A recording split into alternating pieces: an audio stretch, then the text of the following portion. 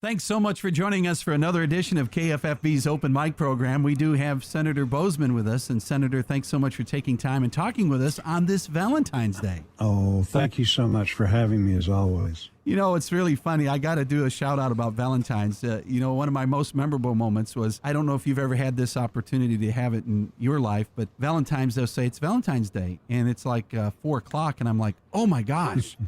So I was like in Batesville one year, and my wife was coming back from Little Rock, and I called the country club. I gave the ladies a big tip. I said, can you just hold a table? We'll be getting there just before you close. Oh, no problem, Bob. I said, I've got something special for you. So they had little candles, and they covered me because I totally forgot about Valentine's Day, and we got to remind so those nice. Guys. Yeah. So, do you have an experience like that yourself? I didn't know that you were such a romantic.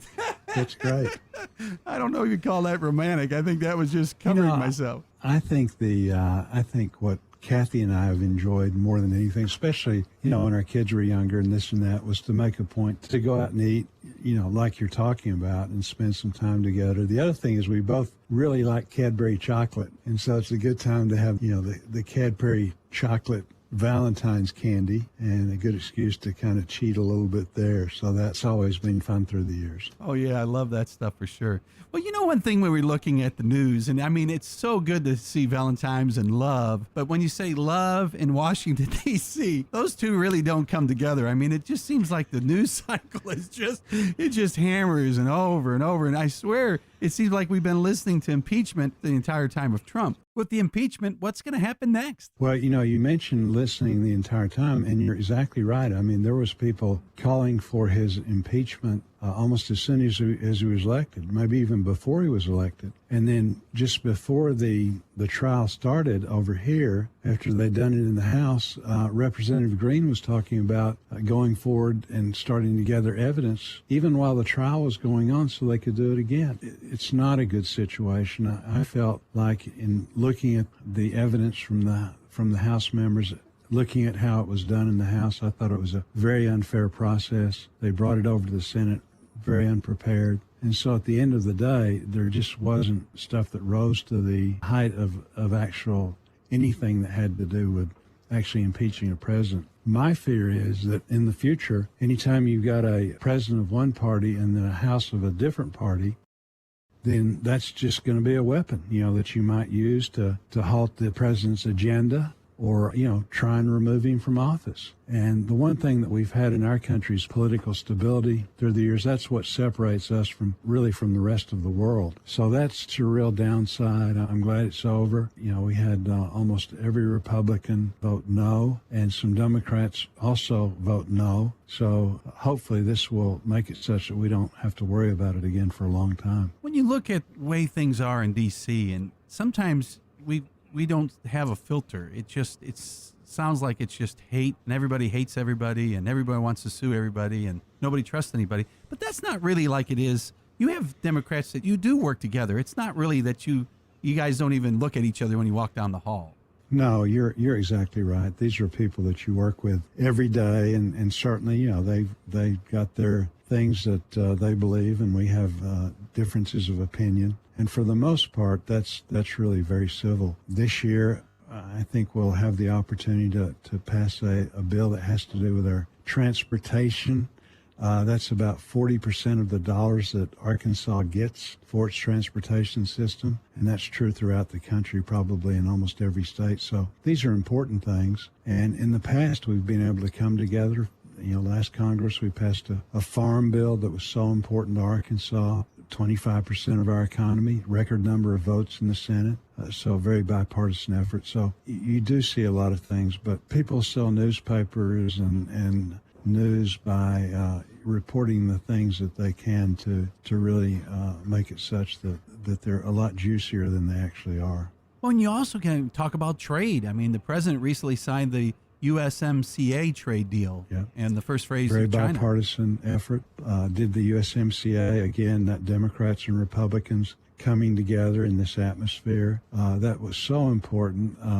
What was really hurting us was having a situation where businesses didn't know for certain what was going to happen in the future. You had so much uncertainty. So when you're uncertain like that, you're not buying products, you're not reinvesting, you're not planning out and going forward. Now that we've got the USMCA settled, which is our biggest trading partners, and then also the agreement with China, things are moving along very, very well and will be a big boost to our economy. And what about the U.S.-Kenya trade deal? Well, U.S.-Kenya, in fact, I met with the president of Kenya not too long ago, talked about this. This is something that's moving forward. I think it's a great, for a lot of different reasons, certainly would help the Kenyans, help us, because the agreements that we're working on now, we're not doing it so that they're lopsided. We don't want free trade. We want fair trade. We want it to be good for both sides. And so we're trying to work out something that will help them, help the American people, and then have enforcement mechanisms to make sure that they're agreed to. But no, I think this will be really good and be a great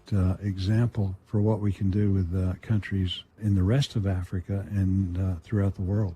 Now, one thing that I guess I would like for you to kind of share with our listeners, it's a census year, and it's very, very important. And explain why we've got to take this and put it on the top shelf and get it done right. No, I'm so glad that you brought that up because it's so very important. The census dictates turnback dollars from the federal government, state government, and things. So many of our areas in Arkansas are not growing as rapidly as we'd like, or actually losing population. So we need to count everybody that's there. And if we don't, if we're not counting them, then they're not there according to the data.